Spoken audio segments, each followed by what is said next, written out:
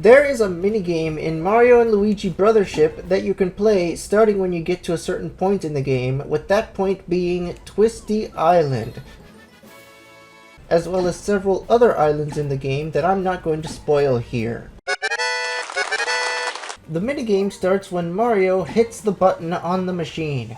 Then the ball goes either to Luigi or Mario, and you press X for Mario and Y for Luigi to hammer the ball back and forth until one of them misses. Each machine with this minigame has a goal, or a number of times you need to hit the ball to win the prizes for that machine on that island, which is displayed on the counter on the machine, which is called a rally. Once you beat a normal rally on any island, you unlock the endless rally for that location, and the same endless rally is shared between all the locations, as well as every prize you win from it. For the endless rally, you get a mushroom if you hit the ball 30 times, a 1-up mushroom for 40 hits, a stash bean DX for 50 hits, and if you make it all the way to 100 hits, you get a luck charm DX, which is this minigame's top prize. Getting 100 hits in this minigame can be very difficult to do and requires a lot of skill. This minigame has the potential to be as horrible and frustrating as the Attackathon from Paper Jam, the Mad Skillathon from Dream Team, the Cholesterol Road from Bowser's Inside Story, or any of the challenges provided by Brock Madame in either of the latter two games mentioned.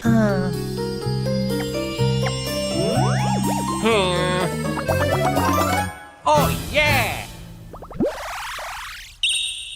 That's why I've developed a method that can allow you to beat this minigame automatically, as long as you are able to set it up and have the proper knowledge and resources necessary, which I will go over now. If you watched a previous video of mine on this channel on how to automatically farm badges and 1,000 your door and already know how to, you can skip ahead in this video, otherwise keep watching. The next thing you need is a program that can not only emulate a Switch controller, but also be able to run a macro, which is an automated set of controller inputs. You can use whatever program and macro you want that is easiest and most convenient for you, but for this guide, I use a program called NXBT, which requires a technical understanding of how a Linux operating system works and an understanding of command inputs in a Linux terminal, as well as working with a Linux machine, connecting to one and everything. For this tutorial, you need to purchase something called a Raspberry Pi, which is a small single board computer that's both low cost and powerful, designed to be used for a variety of purposes, including this. It's what I'll be using for this tutorial since I used one for this strategy for this video, but you can use any Linux machine you feel comfortable with, even a virtual machine. You need to know how to set one up or have one set up, and you need to install NXBT on it and learn how to use it. I'm not going to go over all of this, so if you need help with that, please pause the video and look somewhere else. You can also check the NXBT page, which I've linked in the description below, for instructions on how to set that up on your Raspberry Pi or other Linux machine. If you are having any issue with any of this, don't bug me for help in the comments below. Go to a forum or something else and ask for help there. And if you are having issues with NXBT, please go to the Issues tab of the NXBT page on GitHub and post your questions and concerns there. I've put links to all of this and more in the video description below.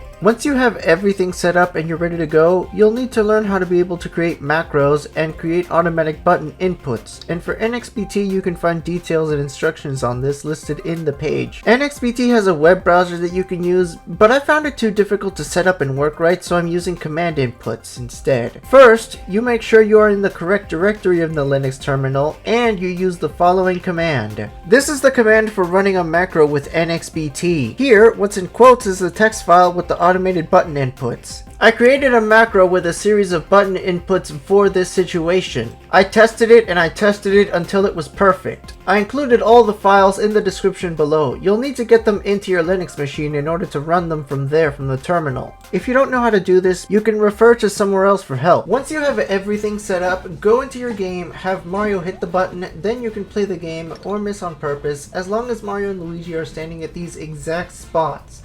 The beginning of the macro script where Mario walks over to the button and hits it to start the game is tailored around this minigame on Twisty Island, since it's the earliest one we can get to. Once Mario is standing in this exact spot, press the sync button on your controller to disconnect it. This is the script that I made that I have spent hours testing and editing so that the timing was as precise as possible, even as the minigame starts to get faster and the timing becomes more unpredictable. On your Raspberry Pi or other Linux machine, make sure you're in the same direction directory as the script, which is called concord_hammer_rally.txt, and use the following command to run the macro. The macro will then run and Mario will automatically hit the button and start the minigame.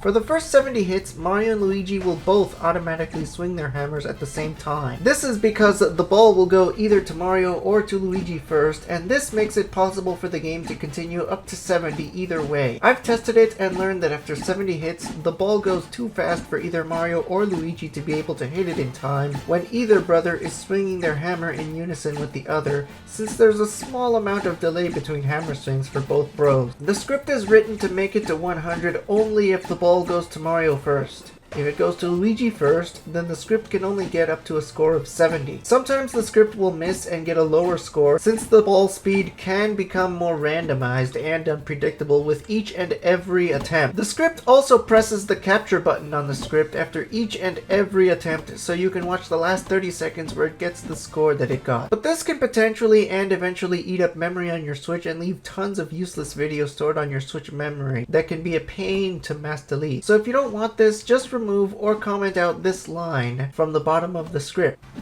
If you know what you're doing, you can program this script to loop as many times as you want and even leave it running overnight. But this is very impractical, so the script by default doesn't do this. So unless you know what you're doing and you want to do it, don't try it. The script can be stopped at any time by pressing Ctrl+C in your Linux machine. I also need to mention that the script only does X and Y button presses, no A's and B's.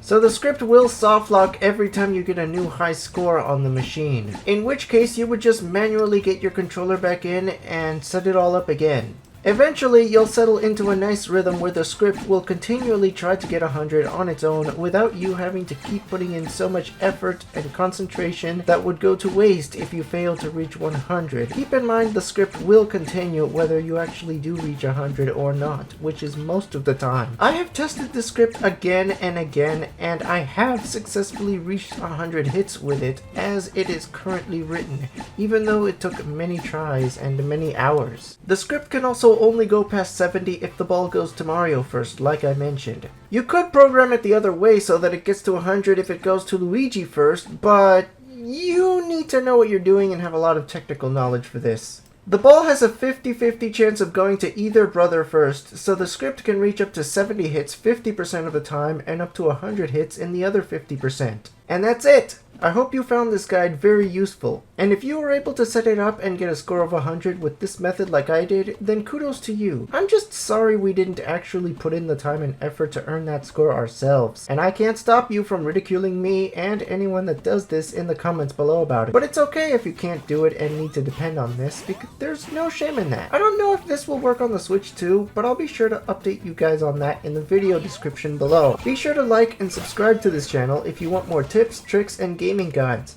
Also consider becoming a channel member today for early access to new videos. Thank you for watching this video and happy gaming!